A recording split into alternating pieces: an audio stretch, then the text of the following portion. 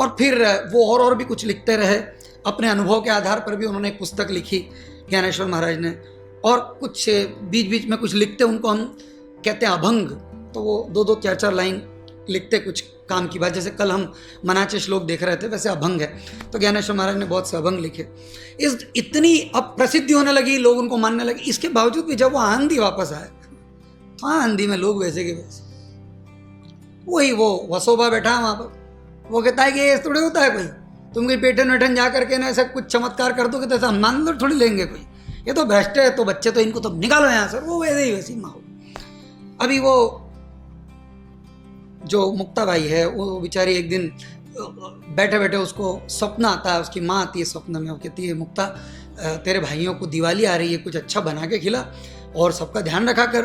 तू घर में लड़की एक ही है, हाँ 3 तेरे भाई हैं, ये लड़के हैं, तो तू सबका ध्यान रखा कर, कुछ अच्छा बना के खिला इन तीनों को।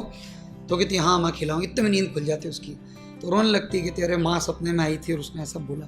तो मैं तुमको तो कुछ नहीं, वो रोटी जो बनती है वही है, वो कुछ मीठी रोटी बनाने की बात। तो वो कहती है कि ऐसा कुछ बनाऊंगी मैं तुम्हारे लिए। तो वो कहती है जाओ भिक्षा ले आओ। अब ये भाई भिक्षा लेने जाते तो काहे की भिक्षा, इनको तो वहाँ से धक्के पड़ते हैं, जूते पड़ते हैं, धक्का पड़ता है। ये बेचारे घूम फिर करके आते हैं, थोड़ा सा आटा मिल जाता है, पर इनको कोई अग्नि की व्यवस्था नहीं होती इनकी कुछ। अब वो आटा ले आते हैं, आटा गूंद लेती है, कहती है ये पकेगा का, पकाने के लिए तो कुछ है नहीं, क्या करें, निवृत्तिनाथ नहीं है।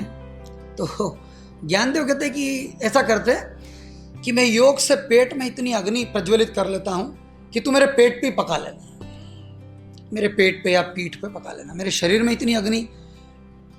अब अग्नि ये क्या है?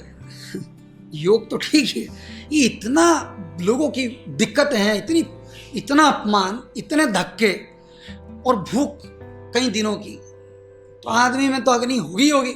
वो पूरी अग्नि प्रज्वलित कर लेते हैं वो पूरा, और वो उनका शरीर तप जाता है और उसके ऊपर वो रोटी सेकती है। अब ये क्या होता है कि वो वहाँ का वो जो विसोबा और वो जो बाकी के लोग हैं, वो देखते हैं कि ये मामला क्या हो रहा है। कोई बताता जाके कह रहा उनके घर में तो देखो क्या हो रहा है, वो भाई ऐसा बैठा हुआ है और वो रोटी बना रही है उनके पीठ पे, ये क्या नाटक हो रहा है। सब घर वो लोग देखते हो रहे होते, ये तो योगी है, वो सारे लोग। फिर धीरे धीरे इनको आंधी में मान्यता मिलती, करे ये योगी लोग हैं, ये भले लोग हैं। फिर चलता है मामला। फिर इनको आपने जो आज डॉक्यूमेंट्री देखी तो उसमें वो उनको पता लगता है, ये इनकी बात फैलने लगती है। वो जो वसोबा है फिर भी वो मानता नहीं, वो आखिर तक इनके प्रति नफरत और खराब बातें। और अब ये जब वसोबा की जीवन को हमको समझना चाहिए, जो व्यक्ति सतत किसी के प्रति घृणा से भरा हो, ये बात ध्यान रखने की। हम ज्ञानेश्वर को समझेंगे बाद में, पहले वसोबा को समझे, क्योंकि वसोबा जैसे हम बहुत सारे लोग हैं। तो लगातार हमारे मन में किसी के प्रति अगर नफरत है, किसी के प्रति ईर्ष्या है, वैमनस्य है, तो वो ईर्ष्या जहर बनती है, वो कैंसर बनती है। और जैसे आपकी उंगली में अगर कहीं कोई जहर हो, आपको लग गई और मान लीजिए वो उसमें जहर फैल गया और उंगली आपकी नीली पड़ गई, तो आपको तुरंत अपनी उंगली कटवा लेना चाहिए, क्योंकि अगर उंगली नहीं काटेंगे तो पूरे शरीर में जहर फैल जाए और आपको कैंसर हो जाएगा, आप मर जाओ। तो अगर आपके जीवन में आपको ऐसा लगता हो कहीं कि किसी के प्रति बहुत घृणा है, तो उसको आज ही निकाल के फेंकिए, काटिए उसको।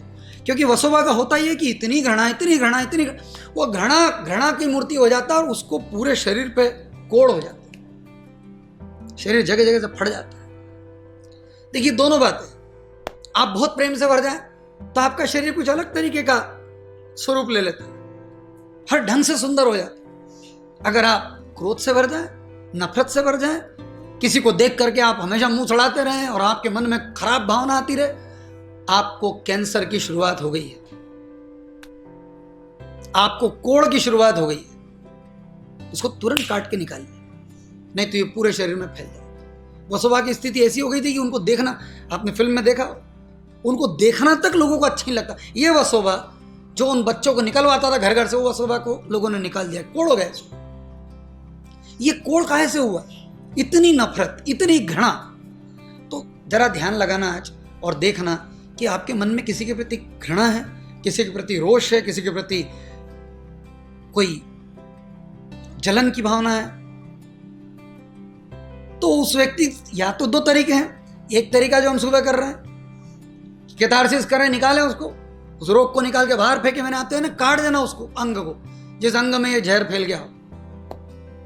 या फिर दूसरा तरीका है, वो बड़ा अच्छा तरीका है, उसको कभी इस्तेमाल करें आप, कि जिसके भी प्रति आपके मन में बहुत घृणा हो, रोष हो,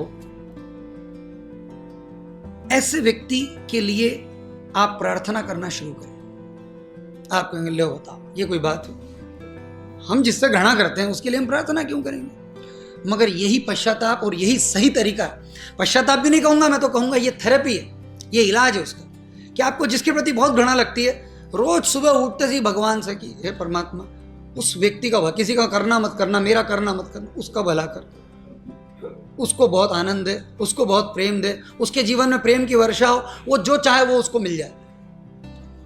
बताओ इतना बड़ा दिल कर पाओगे?